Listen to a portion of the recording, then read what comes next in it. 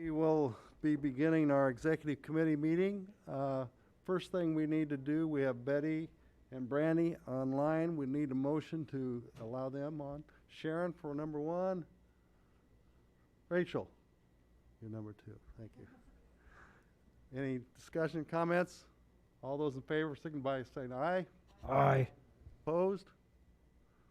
Motion carried. Thank you. First item is approval of the minutes of July 27th, 2021. Jennifer. Thank you. Eden. Seconded. Any comments, questions on the motion or on the minutes?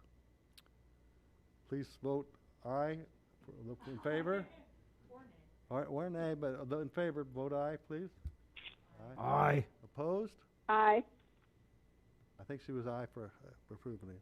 I'll take that as a unanimous. Thank you very much. Okay, we have a guest here tonight for our Minority Business Development Center report, Denise Moore. Yep. Yes, yes. It's probably not on. You'll probably have to push the button. Well, it sounds like it's on. Thank you. Thank you for having me here tonight. Today, I'm going to be brief, and I think you like it that way, but I'll be brief. What I wanted to do today is to really just thank you all for the Peoria County Board's contribution, investment, I like to call it, into the Minority Business Development Center. Some of you may not have remembered, but in the 2015-16 timeframe, the county board granted us $50,000. And then you did the same thing again in the 2018-19 timeframe for a total of $100,000. And I came and reported on the first half, but by the time it was come to report on the second half, this whole COVID thing was happening. You weren't letting anybody in the building, and you didn't want to see me anyway. So today, before you, I've first of all given everyone a blue folder that shows all the programming and things that have happened in our building. But for a graphic representation, you see there's 4 poster boards right here on the back wall that shows a lot of the before and after of the building that we're in. Some of you have been to the building before we got it started, and it's a 90-year-old building that we ended up, it's located on the south side of Peoria on Adams Street, 2139 Southwest Adams. And it used to be an old carpet installer's office and warehouse. So the total 6,500 square feet is what we ended up renovating for a total of just over $600,000. And so your money, I always like to tell people, and when I was on the city council, it always irritated them when I said Peoria County Board was first money in. Mm-hmm. And you need to know that and how appreciative we have been as a result of that. And we leverage that money through both corporate donations and state contributions to the tune of just over $600,000. So thank you. And so I wanted you to see what you were contributing toward. On your far left, it is the before of the front of the building, and at the very bottom, you see the after. We ripped off the whole front of both buildings. It had single pane windows and 10 siding, which was not very energy efficient. And the second one is the before of the rear of the space, which is now on the after. That is an incubator. In our business office incubator, there are 5 private offices, 4 cubicles, and the training room that you see there. That training room has been used for many activities on the south side of Peoria, from a baby shower to a young lady who did a hair care program for Caucasian mothers of African-American children. And that one was very rewarding to see. The third one, you might know that person that's standing in the building on before, is your own county board Chairman Rand. And at the very bottom is that same general area that he's standing in, is what it looks like now. And then lastly, on the last side, he says WPMV 106.3 FM, that's our radio station. The before, where I ripped out all of the walls that were there, and the after, you see what's down there now. And in the folder that you have in front of you, after all that work was done and in the process of that work being done, in the spine, there is a brochure that says Minority Business Development Center. And as you open up to the first page on the left, it has some of that before and after picture and some narrative about our before and after. It shows us receiving an award from the Small Business Development Center, where Representative LaHood and Congresswoman Bustos was there. And at the bottom, us servicing some of our clients in our Minority Contractor Development Program, a program I might say was modeled after the county's Minority Contractor Program that I was on some years ago. Before I went on council, I was on the Minority Business Enterprise Ad Hoc Committee that you had here. And I heard about the contractor program that you were running at the time. And felt like we could do it a little bit different, and we did, and I appreciate what you did to support us. Turning the page, you notice that we are going into the IT space now. So we're bringing into, not only are we helping people to start businesses, that's where we were founded, helping minorities get businesses started to jumpstart the economy in the minority community. As we were moving along, we noticed that the same thing you all noticed, that there were very few minority contractors. So we have a contractors development program going on right now. It is supported through Ameren, CORE, and Point Core are the main sponsors of that program. In addition to Giftsco Construction and AFE Construction, two minority contractor, general contractors. But we're also going into the workforce development space. What we notice in helping people start businesses, some people just need a job. They think they want to start a business, they are nowhere near ready. They need a job, they need to bring in money. And we're always talking about livable wage jobs. So we're bringing in IT training, and we have, some of you may be familiar with Facet Technology, who has decided to partner with us. And then today, just today, I got an email from a company, a tech company here in town, who've indicated more and more they're seeing state bids that are requesting minority participation in the AV space, the IT AV space, audiovisual. And they want to partner with us to develop that curriculum in our building so that now when they go to the state, they can say, yes, we have a certain number of African Americans on our job. That is outstanding. That just happened today, and I'm too excited about it. And then finally, it closes with some of the services we offer our members in our organization. And inside the back pocket, you will find these smaller brochures that talk a little bit more about the programs. You got one that's IT workforce, the contractor development program. We don't teach contractors how to be a contractor. We don't teach a plumber how to be a plumber. We don't teach an electrician how to be an electrician. Rather, we work the back office. So Phil Salzer can be the best plumber in the world, but he can't be plumbing and have a client calling him while he's on the job. Or he can't chase down where his invoice is that hasn't been paid yet. We do that for Phil. See, Phil, I gave you another job like you needed one, right? And then you see one, entrepreneurship training. That was how we started. You have another brochure that explains a little bit about our radio station, WPNV. WPNV stands for Peoria's Neighborhood Voice, because we program for the minority community. For 61603 and 05, we speak to them, we speak to what they are wanting to hear about. Just recently, we had women on our air on a show. It was a special show, Mothers Against Guns. And these were some of the women who've had sons who have been killed here in Peoria. And they really spoke about what they felt about that on our radio station. That was the first and only forum that has allowed them to do that. And you would be surprised at the end of the day, they support gun control, and they support the police officers, and they're trying to speak to the community. And one mother said, I'm teaching my son not to kill your son. Would you please teach your son not to kill my son? And that was really powerful.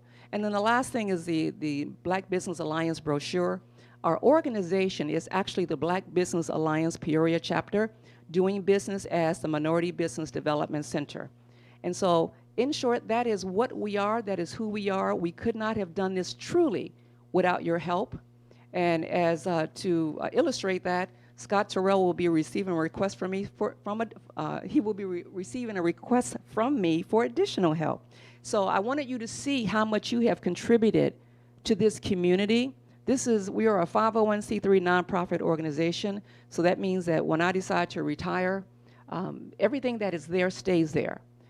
There's a building that is owned by someone else that is on the tax rolls. When we moved into that building was only valued at about $35,000.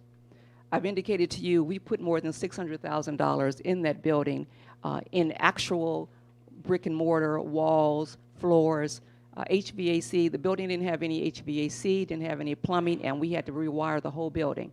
All of that was done with union labor, with the contractors that I've mentioned, and that's why these partners have come on to help us do what it is that we're doing. So I thank you once again. If you've got any questions, I'm here to answer those questions for you. Thank you, Denise. Anyone having questions for Denise? Yes, Eden Blair. So what do you think are the biggest challenges you're going to face the next couple of years? Or the ones you're facing right now that you see going forward? Well, I think everyone, a lot of companies around are shorthanded. They can't find workers with the skills that they need. There's a difference. They can find workers. They just can't find them with the skills that they need. In the black community, IT, in a lot of IT departments, we're very rarely seen. In the 8 years I spent on city council, I can't tell you how many meetings I attended. And when I looked around the room, I was the only person there, and I wondered, who is speaking for the African American community in these corporations that have hundreds of folks in IT? That is a livable wage job. You come out of class making at least $15 an hour today, not 5 years from now when the Illinois state goes to $15 an hour minimum, but today and more. The reason I started that program in our building, I serve on the State of Illinois Small Business Development Center Advisory Board. And Brian Ford said to me, Denise, I could grow my business if I had more people with this certain type of certification. And I said, so what's your problem? Why don't you have more people? Well, we have a few students coming out of Pekin High School that have this certification. So, you know, I spoke up for Peoria. So what's wrong with Peoria High School students? They're not being taught this. And I have visited with Dr. Karat, and she's ready to send students to our building. Once we get this program up and operational, she's ready to send students to our building. So Thasic Technology, who just moved inside of Peoria over on, help me out, over there by where Fresh Market used to be. I'm so old, I tell you. But he just moved into this city, and he needs help finding employees. So that is, I think, is the biggest problem, getting training where the training is needed. And for me, getting training that's 21st century, that is never going to go away, and that's IT. Okay, thank you. Any other questions of anyone? You did have in your brochure a little place here for donations too that you didn't mention. So. Oh, I'll do like the church do at church. I can pass around a little tray if you like, but no, you have the address. I will be talking with Scott from an official, formal standpoint, but anyone is welcome to donate to our organization. As a nonprofit organization, it's tax deductible, as you can imagine, and we have a beautiful donor wall that's going to go up, and it's going to have your name, Peoria County Board's name, will be represented on that wall, because I cannot tell you enough how much we appreciated your confidence in us, that you were able to invest in this part of town. I just can't tell you. And so I invite you all to come down tomorrow at noon. The director, Sylvia Garcia, from the Illinois Department of Commerce, is going to be in our building making a presentation about the Back to Business grant. And you are welcome to come down. You don't need to make an appointment. Masks are required. But she's the highest level state official to come down to our office. And we appreciate her recognizing the things that we've done, that she wants to come down and see it. Thank you, Denise. Thank you. I appreciate the work that you put into this, and the facility is already improving. If we can just get the people to go through and get the end results, come back in a year and really give us those success stories, that's what we really Absolutely, and we're going to do that for you. Okay. Thank you. Thank you.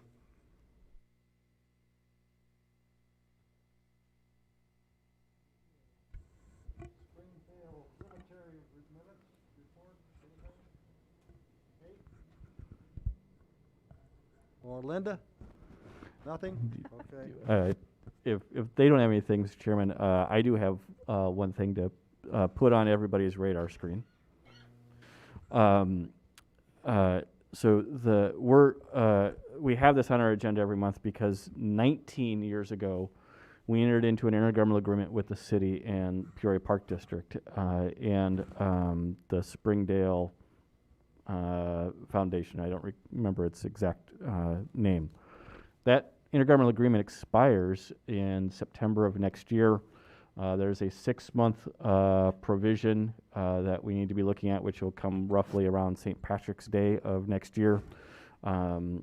Yesterday morning, at Kate's urging and scheduling herself, the current chair of the Management Authority Board, their executive director, along with the city manager and the executive director from Peoria Park District, met to start the conversation of what the future entails. So just to put on your radar screen, there'll be an action item somewhere probably in the February committee, March County Board area, and then somewhere leading up to the August or September County Board meeting next year that will define the next chapter of Springdale Cemetery. Okay, thank you. Julie, anything on the monthly CDAP gap report? It was in the packet. I saw Trusker's is paying off theirs.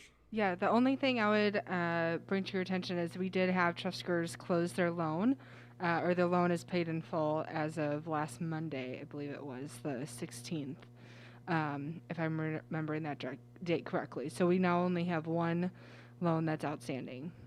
So, but that's it. Okay, thank you. Mr. Chairman, representatives from Trusker's have asked to come to the county board meeting in 2 weeks to, one, to say thank you to the board, but two, also to give you a report out on what the economic impact of the loan that you made to them had. Not just on their business, but in the surrounding area that they're now located at. Are they going to bring treats too?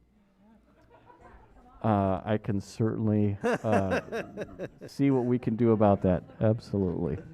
I'm probably still on my No, diet. I can't have them anyway. No longer a conflict. They're paid in full. I'll talk to them about that. All right, thank you much. The auditor's report, we had in your packet. Ms. Auditor, we have any, Ms. Thomas, have a report for us? Comments? The report, hello. Okay, you're working. The report's in your packet. We audited over 819 checks totaling $2,963,168.74. The details are listed in your report. And as always, if you guys have any further questions or need any details, our office is available to answer those, give you any kind of breakdowns, or if you don't see a report in there that you would like to see, or a breakdown that you would like to see, we can create that report for you as well. Thank you.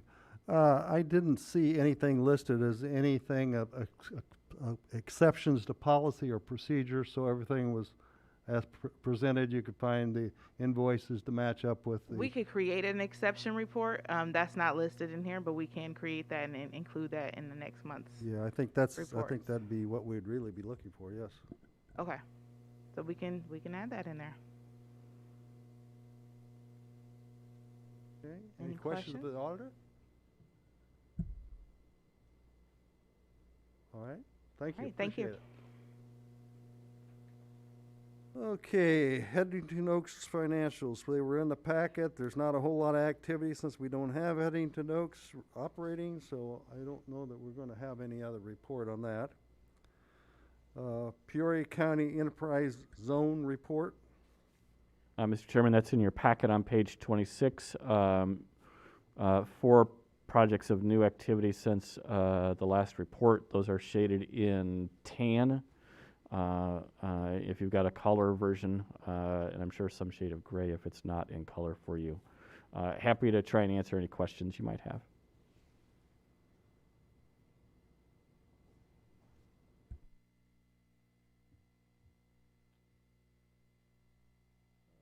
Any questions, anyone? Seeing none? Okay, I guess we have none, Scott, thank you. We have a resolution for Peoria County's support in the creation of a statistical boundaries of the Illinois waterway ports and terminals. This was authorized by the state of Illinois a few years ago. Do you want to give any more update on that, Scott? Happy to, Mr. Chairman, if you want to get the resolution on the floor Motion. there. Paul, and I'm going to have somebody, Kate. That's okay. She's in the minutes a lot, So, thanks, Mr. Chairman. And if there are questions at the end that I'm unable to answer, Chris Setti, which is CEO from Greater Peoria EDC, is also here to try and backstop me if there's any gaps that I might have.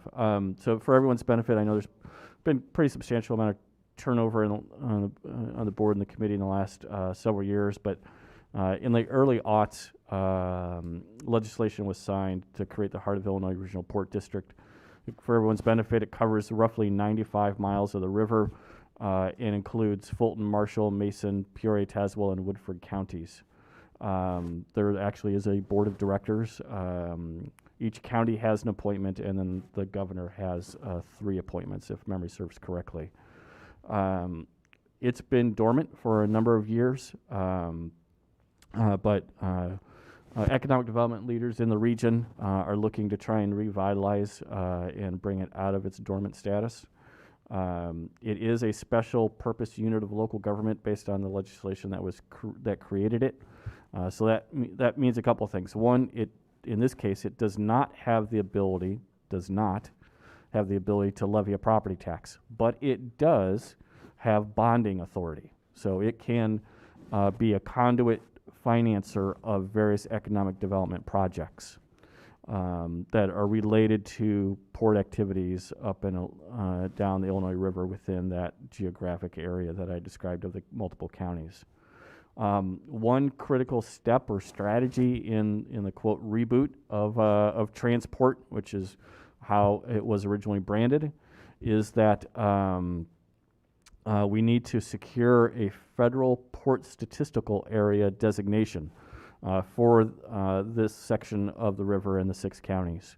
The resolution that is in the packet for you does nothing more than affirm our support of trying to get this designation. It does not specifically obligate us to do anything more than that. I believe and Chris might be able to speak to this, but I believe the EDC or the remaining active board members on the Port Authority Board or Port District Board have actually retained a third party that will actually go through the process of applying for the port statistical area designation. And then ideally that gets approved. That then allows the port to actually go after and competitively try and secure port-related funding, that port district-related funding that's in the infrastructure bill before the House of Representatives right now. Happy to try and answer any questions. I've got one question. That up at Henry, they created a port authority. Is this covered in that same? Is it covered? So in same this? concept, but different port authority and port district. Is not covered in that? That is not inclusive in ours. No, it's a separate port district, if memory serves correctly. Chris, you're not Well- saying no, so I think I'm right. I'm kind of learning as we go about port districts. I believe that that's a local port district that they've created, and ours is it would be an overlap, the larger one and that one. I can find out for sure, Mr. Fennell. Okay. I know they just recently did that, and I just wondered if ours is including that in it, or if they are. Ours would supersede that because it has existed. So if they wouldn't, as I understand it, they wouldn't be able to carve out from the larger port district, but instead they're allowed to have an additional one, but it wouldn't be in exclusion of the larger one. Okay. But I'll confirm that for sure. All right, thank you. Any other questions? Kate? So what are some of the things that we could see because of this district? What are some examples of? Sure. Well, thank you. And we're really kind of, as Mr. Sorrell pointed out, kind of rebooting this. Dan Silverthorne has been the chairman of transport for years, and it's kind of gone into its dormancy for a variety of reasons. It had staff at one point. It lost its staff. It lost some of its funding. Dan's always been super committed to this. We've actually struggled with getting government appointees put on the board. So we do have the 6 county board members, but it would be really helpful if we could fill those others. So it's actually been a partnership between Tri-County Regional Planning Commission and the Greater Peoria Economic Development Council, working alongside Dan Silverthorne and now Colonel Bob Sinkler to kind of work to re-energize this. The Port Statistical Area is really about recognition. Imagine for a moment if the Peoria area wasn't in a metropolitan statistical area. It would literally not be on the map for certain things. So what the resolution that's before you is merely to a resolution of you agreeing that the Illinois waterways and the Heart of Illinois Port Authority District should be a part of a port statistical area. And that really is simply about recognition. But it does allow for, the creation of infrastructure. We've looked in the past, there was look at creating a public port that would allow for the transloading of cargo from potentially from truck to barge or rail to barge, and things like that, which, one of the real economic differentiators of the Peoria area is the fact that not only do we have really great rail and good road infrastructure, and a really excellent airport, but we have a navigable Illinois River, and whether that's a lot of grain, obviously, and coal and other things that can move up and down the river.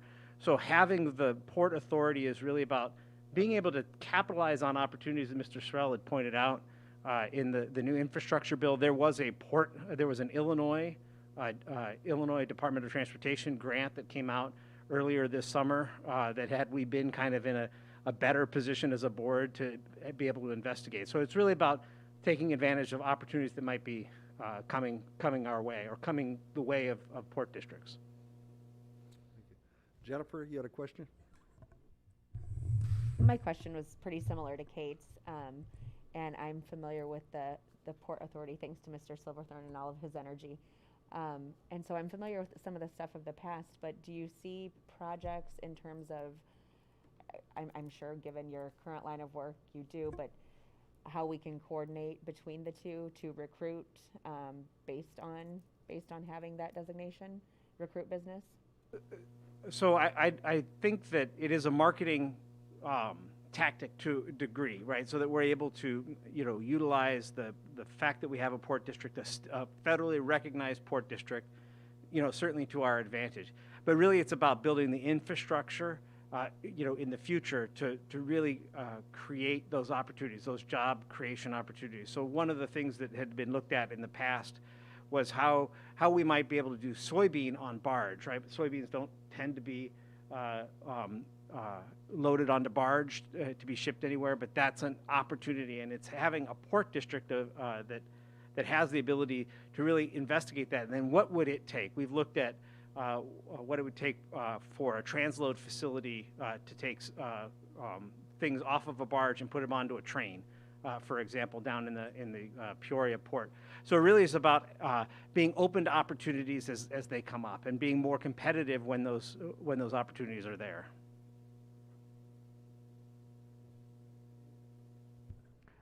Thank you. And actually, I don't know if most people know this, but as far as environmental goes, sending things by barge is by far much less CO2, per amount you can move when you can move things by barge. So I think that's excellent. That if that can help businesses in our area move things by barge, it's better for the environment and it's probably cheaper overall to do it that way, I'm going to guess.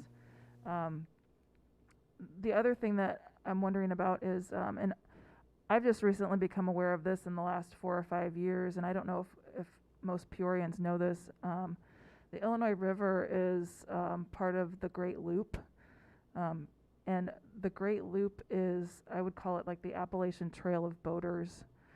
So they start, anywhere along the loop, but if you want to say start in Chicago, go down the Illinois River, go down the Mississippi River, Gulf, go around Florida, up the East Coast, and then down the Hudson River, through the Great Lakes, back to Chicago. It's kind of like the Appalachian Trail of, boaters. It's something that people, want to accomplish. And I think it's pretty cool that it goes right through our city. And I don't know if we're taking full advantage of that opportunity for, having visitors coming to our area and stopping and making it appealing for boaters who are doing that.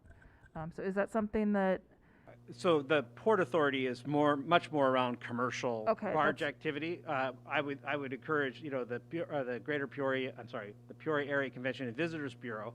I know that there's been a more recent focus on some of the natural resources tourism. In fact, the Peoria Boat Club, which is down there, right adjacent to Detweiler Marina, is a stopover for people.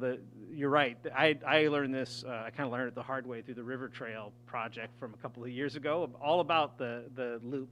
And there are people that will come to and just are allowed to kind of just show up at the Peoria Boat Club and more and spend the night there. So it is something that we should be looking at, from a tourism attraction standpoint, but not that would not be the focus of the regional port district. Mr. Dillon. I don't know if this is for Scott or Chris, but so you said that a third party was retained. Knowing how other bonding authorities work, where's the funding coming to retain this? So the heart of, and I always get it wrong, which I shouldn't. I need to learn this, but the port district, the transport is what the shortened, had a small bank account left over from its previous more robust life, and so it is using the proceeds of that to pay Colonel Sinkler. He's a retired Coast Guard, retired from the Army Corps of Engineers, and it's a very modest retainer that we are paying him in order to really be the expert that none of the rest of us are. For example, he's the one that brought us the port. I don't think any of us would have known about a port statistical area, and it was him that brought this to us and wrote that resolution. Mr. Dillon. And so is the bonding single tax exempt or double tax exempt? I don't know the answer to that question. I imagine it would be double tax exempt, but I can find out. Because I think at one point, and I say this because I'm your appointment to TRIVDA, which is the Tri-River Valley Development Authority, we had actually talked about merging because we both offer the same tax exemption for banks. And so we just recently did 2 projects in Peoria County, one at Cedars of Lebanon, which will get done, and then we were basically the gap financing and Cityscape Apartments that's going to allow that huge development to happen in the south end of Peoria. So typically, like same with us, because we have the same, and I'm thinking this is similar just from background, is so if a large, say Havana, Ameren plant, but it was Vistra. Sorry, it's been so many things I don't remember who owns it. But if they wanted to repurpose that, there's probably a clause under manufacturing / port that would allow them to do the bonding, and it's double tax exempt, so they don't pay federal or state. So then that basically allows a project to pencil out for those projects to work. But I didn't remember if it was double tax or if it was. Which really you need double tax to make a project work. I'll find out for sure and follow up. Mr. Dillon, I'm pretty sure they're double tax exempt, but I don't remember right off the top of my head. It's been almost a decade since we've had any true activity. Right. And I do know that this has been one of Mr. Silverthorne's passions, but after 20 years, he's probably ready to pass the baton to the next generation of somebody to get this off the ground. Okay, any other comments, questions? With Jimmy's getting this off the ground as a perfect segue into the vote. All those in favor signify by saying aye. Aye. Opposed? Aye. Motion carried. I'm going to take my Aye. We got you. Thank you. The next one, I'm going to take my mask off. I got to read a little script here for the Downstate Small Business Grant Phase 2 closeout hearing. So this is basically a closeout hearing that we're going to have, public hearing. On June 24th, 2020, Peoria County held a public hearing for a second round of benefiting businesses to include the county's supplemental application to the Illinois Department of Commerce and Economic Opportunity Downstate Small Business Stabilization Program. The program offered small businesses in downstate and rural counties in Illinois the opportunity to partner with local governments to obtain grants equal to 60 days of verifiable working capital up to a maximum of $25,000. Of the 6 businesses which submitted Phase 2 application for COVID-19 emergency relief funds, 3 were awarded funding by DECA. As a condition of the award, benefiting businesses must have remained open for at least 60 days and retained employees, or reopened and reemployed within 1 year. The following business received funding assistance for working capital need and have met the eligibility criteria of remaining open for 60 days post-award. Canon B&R Incorporate, $25,000. Jim KOU Incorporate, DB Jimmy's Bar, $15,000. Lakeside Custom Builders Incorporate, $25,000. Previously under Phase 1, 9 businesses met the required criteria for a total award distribution of $170,000. 8 of those businesses were included in Phase 1 closeout public hearing on June 22nd, 2021. The 9th business from the Phase 1 PRW LLC DBA Shot Spot Pub, $25,000, has now met the closeout condition as is included in the Phase 2 closeout hearing. In order to be eligible for funding, a benefiting business must have been negatively impacted by COVID-19 emergency and requires urgent assistance according to the standards as set forth by the Department of Commerce and Economic Opportunity. As a condition of closeout, a public hearing facilitated by the governing body authorized official must be conducted, including the closeout as an executive committee agenda. Its item satisfies the condition. Peoria County partnered with the Greater Peoria Economic Development Council to successfully apply and administer the funds. I will open the floor for any comments from the public. I will open the floor for any comments for the public. And I will do it again third time. I will now open the floor for any comments from the public. Going once, going twice, 3 times. The public hearing is now closed. Okay. Standing committee report agendas.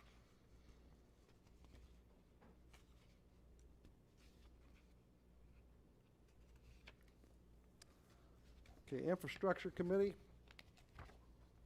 Mr. Chairman, we did not have any resolutions, but the highlight probably of our whole infrastructure committee was our visit that we made to the Greater Peoria Sanitary District, and we all were very appreciative of Brian Johnson, who took the time. He is the director of the Greater Peoria Sanitary District, and he gave us a wonderful tour.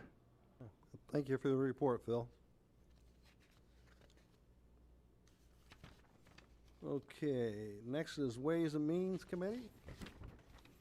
And Ways and Means did have one resolution. It was the monthly delinquent taxes, and that resolution passed unanimously.